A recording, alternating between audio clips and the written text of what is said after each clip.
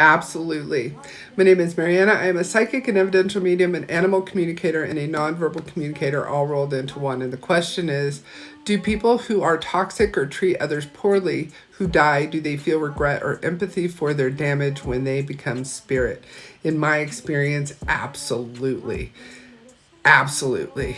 In fact, sometimes they'll come in with kind of a notebook and a pen, and this usually lets me know that they're going to open up with apologies and they're going to open up with regret and they're going to have a conversation about what they did or didn't do and how it affected others. They get over there, and from what we all understand, because we haven't been there, right? Otherwise, we wouldn't be here. They have a life review. And so I hope it's true because I want people that have hurt me in my life to know exactly how they made me feel.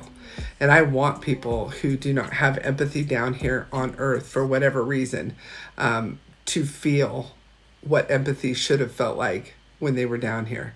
I also know, for example, my own personal experience has been my stepdad.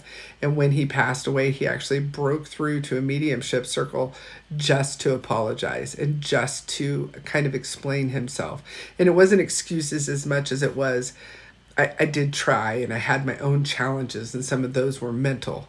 And so I had a ton of empathy for his apology and for myself.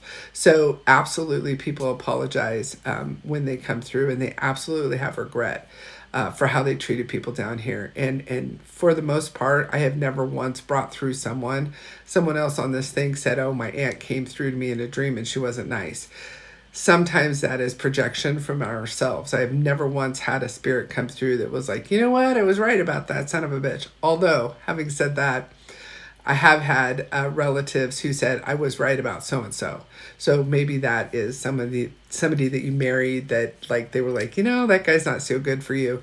I have had that kind of a vibe, and then it's still done with love and just kind of like a little bit of I told you so, but I was right.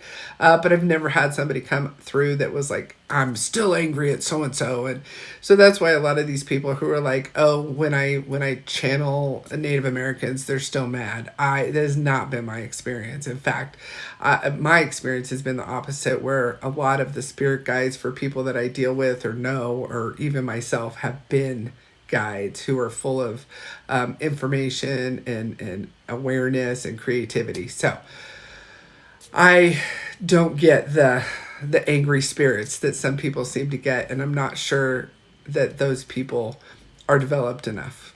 So, yes.